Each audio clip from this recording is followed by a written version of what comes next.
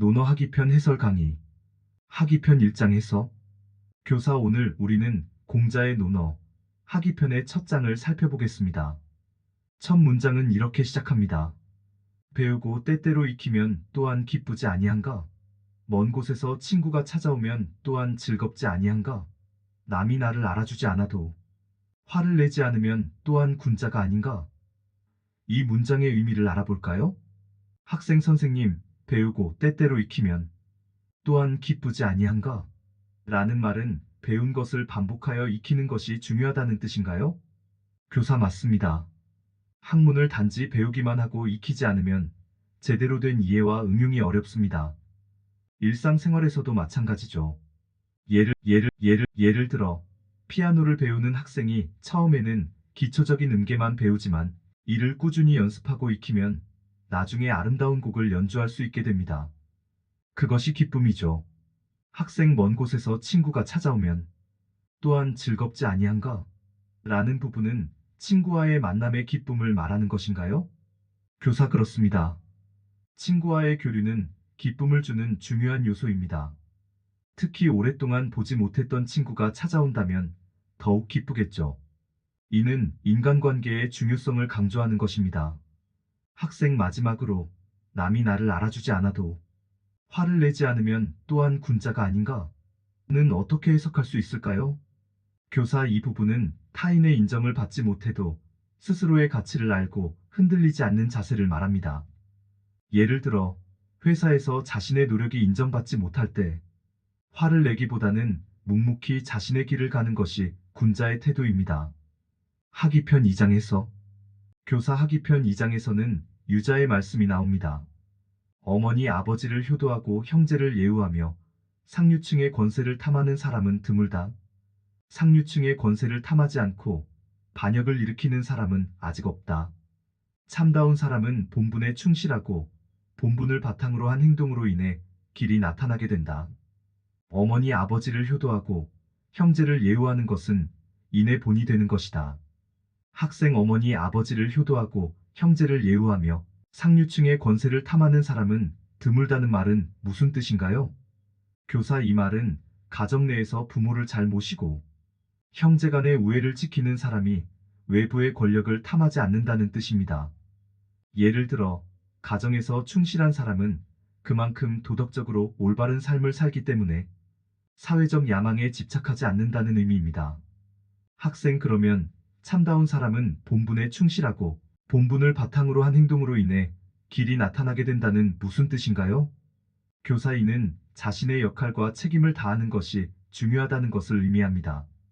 예를 들어 학생으로서 공부에 충실하고 직장인으로서 업무에 충실하면 그에 따른 결과와 길이 자연스럽게 열린다는 말입니다. 하기편 3장에서. 교사 하기편 3장은 공자의 말씀입니다. 말 잘하고 표정을 꾸미는 사람 치고 인한이가 드물다. 학생 말 잘하고 표정을 꾸미는 사람 치고 인한이가 드물다는 어떻게 이해할 수 있을까요? 교사인은 외모나 말솜씨에 치중하는 사람은 진정한 덕을 갖추기 어렵다는 뜻입니다. 예를 들어 직장에서 능력보다 말로 자신을 포장하는 사람이 진정으로 유능한 사람일 가능성은 적다는 것을 의미합니다. 진정한 덕은 내면에서 우러나오는 것이기 때문입니다. 하기편 4장에서. 교사 이번에는 증자의 말씀입니다. 나는 매일 나 자신을 여러 번 반성한다. 내가 남을 위해 일을 할 때 충실하지 않지 않았는가? 친구와 교류할 때 믿음이 없지 않았는가? 스승의 가르침을 배우지 않지 않았는가? 학생 증자는 자신을 매일 반성하는 것의 중요성을 강조한 것 같네요. 일상생활에서 어떻게 적용할 수 있을까요? 교사 그렇습니다. 이는 자기 성찰의 중요성을 강조합니다. 예를 들어 하루를 마무리하며 오늘 하루 내가 맡은 일을 충실히 했는지, 친구와의 약속을 지켰는지, 배울 자세로 임했는지 돌아보는 습관을 갖는 것입니다. 이는 자기 발전에 큰 도움이 됩니다. 하기편 5장에서. 교사 공자께서 말씀하셨습니다. 도를 따르면 천승의 나라도 지배할 수 있다. 이를 위해서는 자기 일에 최선을 다하며 믿음을 가지며 절제하면서 사람을 사랑하고 백성들이 모두 시기에 맞추어 일하게 해야 한다. 학생 이 문장은 지도자의 덕목을 말하는 것 같네요. 구체적으로 어떤 덕목을 강조하신 것인가요? 교사 지도자는 자기 일에 최선을 다하며 믿음을 가지고 절제하면서 사람을 사랑해야 한다고 하셨습니다. 예를 들어, 공정한 리더는 자신의 이익보다는 전체의 이익을 생각하며 신뢰를 바탕으로 조직을 이끌고 개인의 감정을 절제하여 공평하게 사람들을 대하는 것이 중요합니다. 하기편 6장에서 교사 제자가 집 안에 있을 때는 부모님에게 효도하고 밖에 나가면 형제를 존경하며 예의 바르고 믿음직스럽게 행동하고 모두를 사랑하면서도 인정을 더욱 중요하게 생각해야 한다. 가능한 한 배운 것을 바탕으로 행동하며 여유가 있으면 학문을 공부해야 한다. 학생 이 말씀은 개인의 일상생활에서 어떤 태도를 가져야 하는지를 말하는 것 같네요. 교사 맞습니다. 집에서는 부모님께 효도하고 사회에서는 형제를 존경하며 예의 바르고 신뢰할 수 있는 사람이 되어야 한다는 것입니다. 예를 들어, 가정에서나 사회에서나 동일한 도덕적 기준을 가지고 행동하는 것이 중요합니다. 하기편 7장에서 교사 자아가 말하기를 현명한 사람을 잘 섬기기를 아름다움을 대하듯 하고 부모님을 섬기기에 최선을 다하며 임금님을 섬길 때 몸과 정성을 다 바친다. 또한 친구와 교류할 때는 말에 신뢰성이 있어야 한다. 그러면 비록 아직 공부하지 않았다고 해도 그를 배운 사람으로 인정할 것이다. 학생 자아의 말은 사람을 대하는 태도에 대해 강조하는 것 같네요. 어떤 점이 중요할까요? 교사 사람을 대할 때 진심과 신뢰가 중요하다는 것입니다.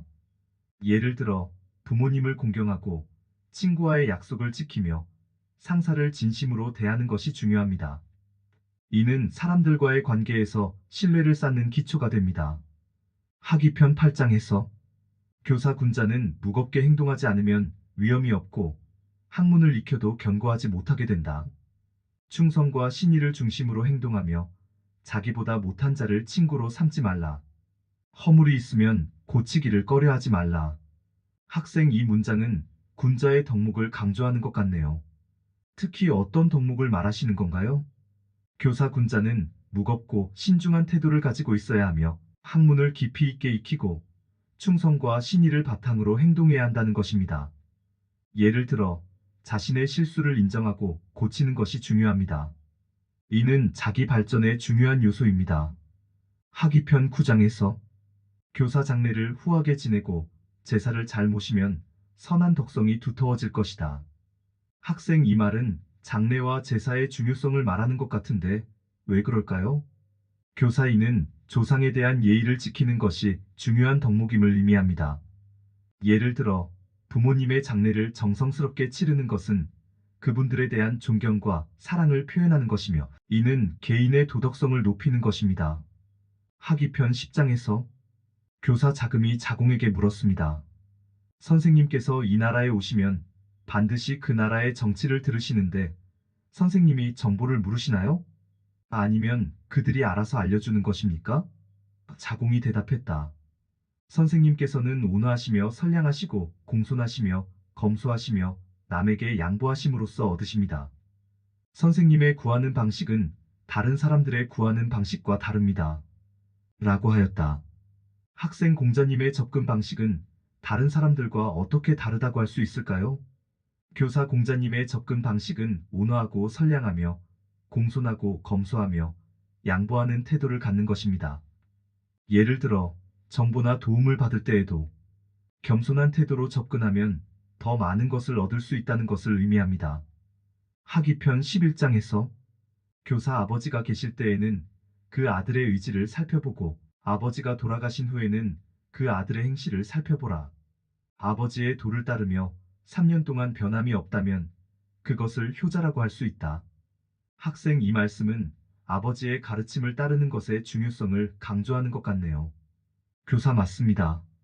아버지의 가르침을 따르고 그 가르침을 지켜나가는 것이 중요합니다.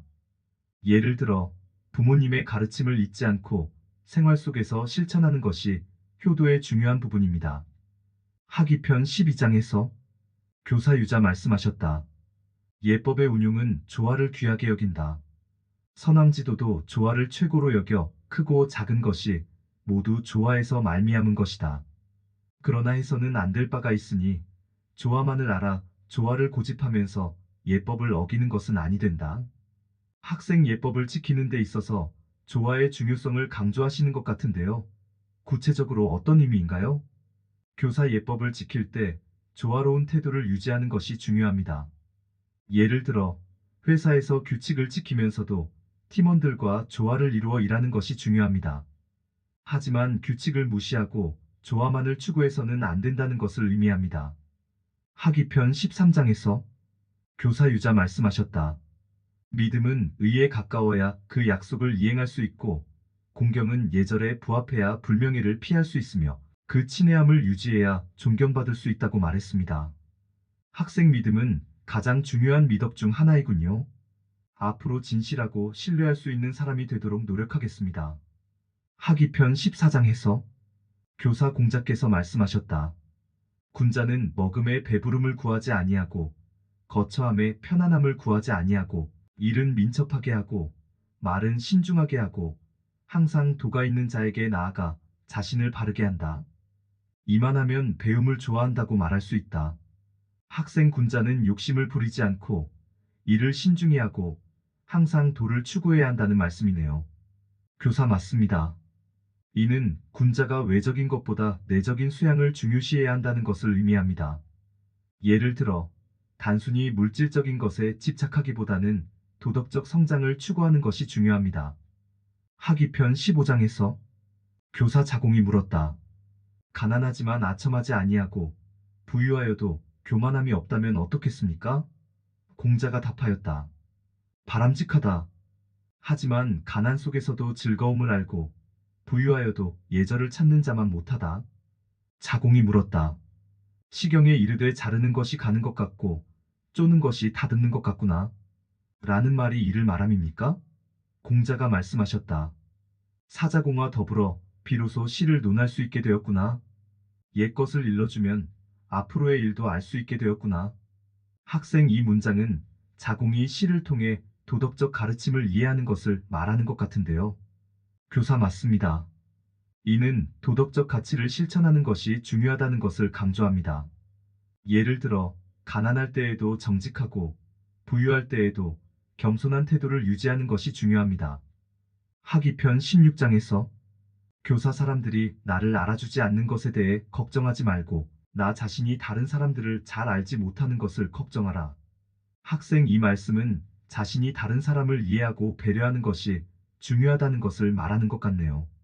교사 그렇습니다.